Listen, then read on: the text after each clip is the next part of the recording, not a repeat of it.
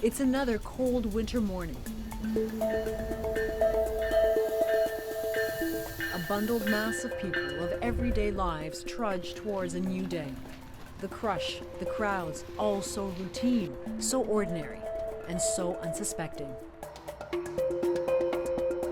I guess until something bad happens to you, you kind of live in a little bubble, thinking nothing's gonna harm you.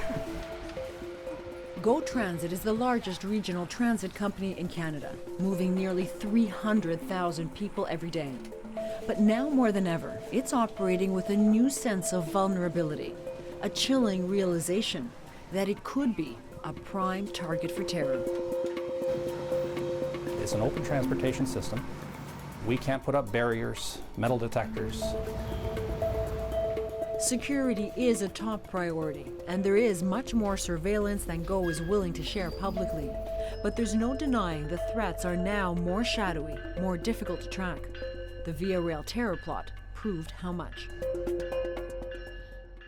The plan to derail a passenger train in the New York-Toronto corridor was a homegrown scheme by two men allegedly backed by Al-Qaeda. The stunning revelation was alarming, and for GO Transit, it was a game changer. In terms of what GO did following that incident, absolutely. We took a look at where we were, determined whether we were satisfied, whether there's room to improve. Bill Grodzinski is in charge of security for GO Transit. He quickly realized his team needed to operate with a new type of vigilance. It's why he turned to this man for help. Whether it's the London 7/7 bombings or Madrid, mass transit is a target. Sergeant Derek MacDonald is one of Canada's top terror investigators with the RCMP. He also runs an extraordinary training course that is suddenly in big demand. So here's what we're going to do today. MacDonald's lesson is deceptively simple.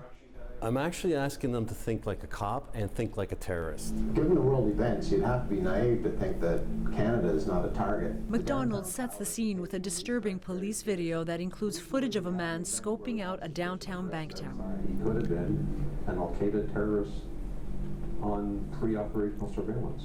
The man vanished, but detailed information about that tower, as well as several other Toronto buildings, surfaced in an Al-Qaeda manual seized by authorities overseas. To know that terrorists were here planning an attack and potential targets in Canada makes the hair raise on the back of my neck.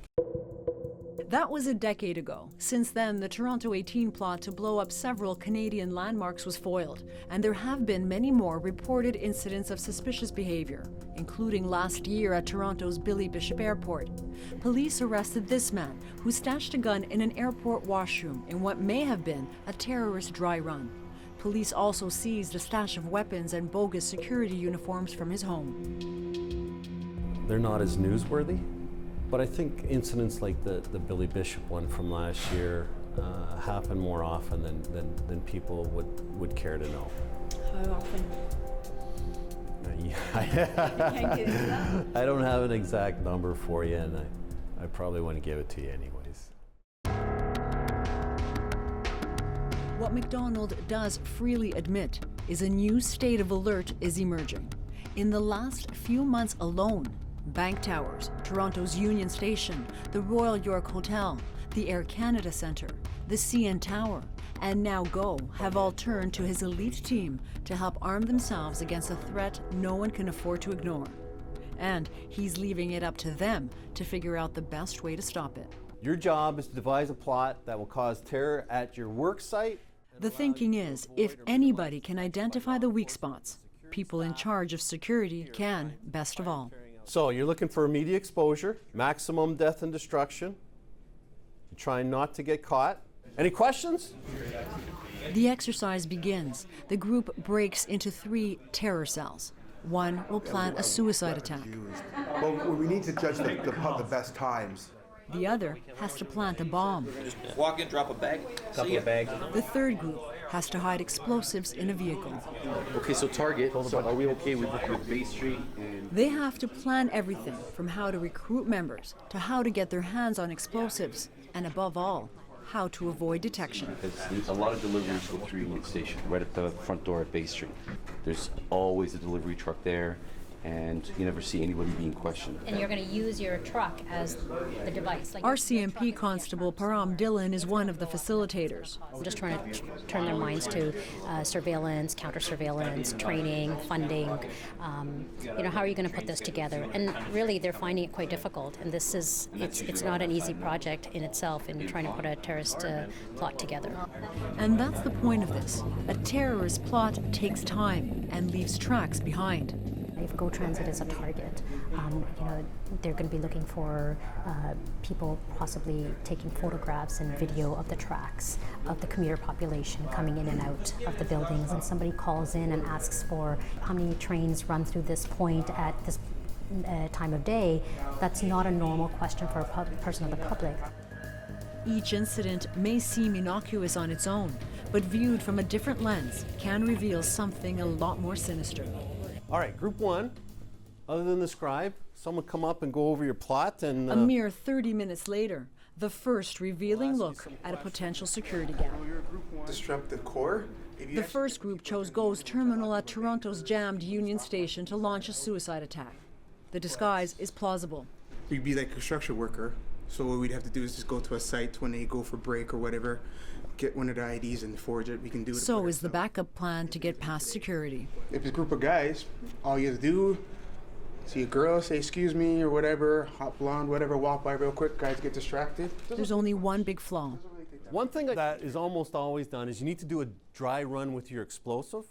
2 drivers and but then the second group, using a vehicle as a decoy, did think of that. We were going to do like a rural setting, like a farm or something, way out of the city. This way we can also do testing and people aren't going to be aware. So if you're in a and farm, they decide to set off 2 bombs. Everyone's going to go off really quickly to the north where your other truck is, and then you set the other one off. The third group settles on planting a bomb during rush hour by paralyzing a train full of commuters, and they target a potential weak spot. How do you delay the trains? Delaying the trains, mess with switches along the line. Kudos to you for being so devious and maiming and wounding as many as possible. Black humor aside, it's a sobering eye-opener. If they could come up with all this in just half an hour, no one can let their guard slip. You can't take a day off because the day, you might be tired near the end of your shift and it's just another false alarm. The day you take a second off or your awareness is down could be the day that an attack is taking place. People could die or get injured. And you wouldn't want to have that on your conscience that you could have done something to thwart an attack. No doubt, this exercise will prompt even more security soul searching. And police say that's the ultimate lesson of being a target. You can never assume you stop being one. Joanna Brumeliotis, CBC News, Toronto.